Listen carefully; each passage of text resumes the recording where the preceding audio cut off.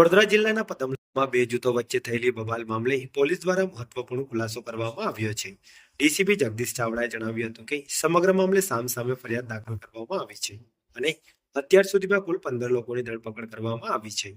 Police મુજબ 23 તારીખે બે ઇસમો વચ્ચે વાહન ઓવરટેક કરવા મુદ્દે બોલાચાલી થઈ હતી. આ જૂના વિવાદોને લઈને ગઈકાલે ફરી બંને પક્ષો સામસામે આવી ગયા હતા, જ્યાં બોલાચાલી ઉગ્ર બનતા મામલો પથ્થરમારામાં ફેરવાયો હતો.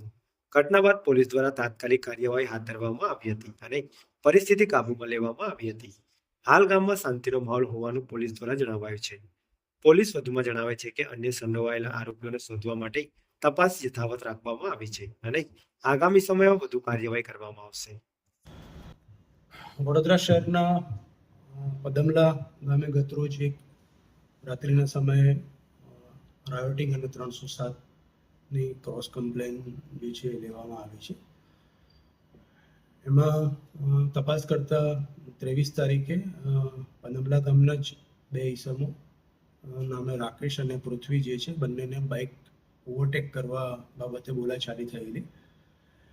એ સંદર્ભે ફરી એક વખત 30/3/26 એટલે કે ગતરોજ બંનેને બોલાચાલી થઈ અને બંને પક્ષે સામસામી, બંને અલગ અલગ ફળિયામાં રહે છે, અલગ અલગ ઇસમો દ્વારા સામસામી પથ્થરમારો જે છે કરવામાં આવ્યો છે.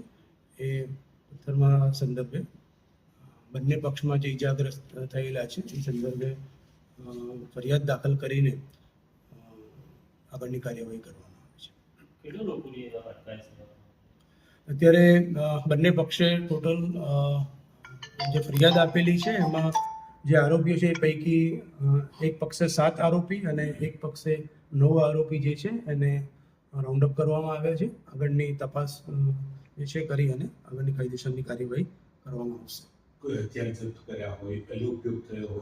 હથિયારમાં મુખ્યત્વે છૂટા હાથની મારામારી, પેવર બ્લોક અને અન્ય ચીજ વસ્તુઓ જે છે એનો ઉપયોગ કર્યો. કોઈ હથિયાર હજુ સુધી કબજે કર્યું નથી, પણ એમની મેડિકલ જે છે સારવાર જેને ઈજા થઈ છે એ થયા પછી એમને લાવ્યા પછી પૂછપરછ કરી અને એમને કાયદેસર અટક કરવામાં આવશે. અત્યારે હાલ પરિસ્થિતિ કાબૂમાં છે. કોઈ પ્રકારનો અનિચ્છનીય અને પછી કોઈ બનાવ બન્યો નથી. લોકલ પોલીસનો બંદોબસ્ત ગોઠવી દેવામાં આવ્યો છે અને બીજા અન્ય આરોપીઓ જે છે એને પકડવા માટે ઝોનની LCB અને વિવિધ ડિસ્ટર્બની ટીમો બનાવી અને આરોપીઓને પકડવાની કામગીરી ચાલુ છે. ઓકે.